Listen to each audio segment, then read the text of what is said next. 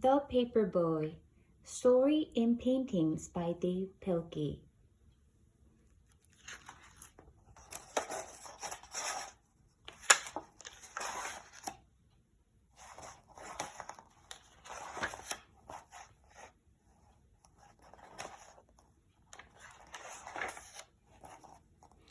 The mornings of the Paperboy are still dark, and they are always cold even in the summer.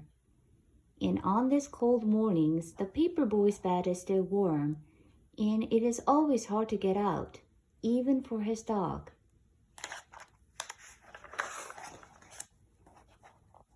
But they do.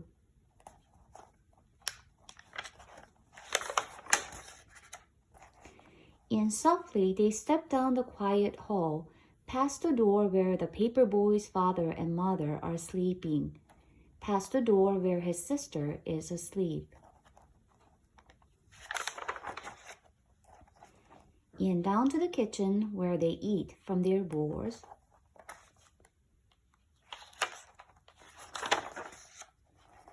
And out to the garage where they quickly fold their papers, snapping on green rubber bands and placing them in a large red bag. It's hard to ride a bike when you are loaded down with newspapers, but the Paperboy has learned how to do this, and he is good at it. The Paperboy knows his route by heart, so he doesn't ever think about which house to paddle to. Instead, he is thinking about other things, big things, and small things, and sometimes he is thinking about nothing at all. His dog too knows his route by heart. He knows which trees are for sniffing. He knows which bird baths are for drinking, which squirrels are for chasing, and which cats are for growling at. All the world is asleep except for the Paperboy and his dog, and this is the time when they are the happiest.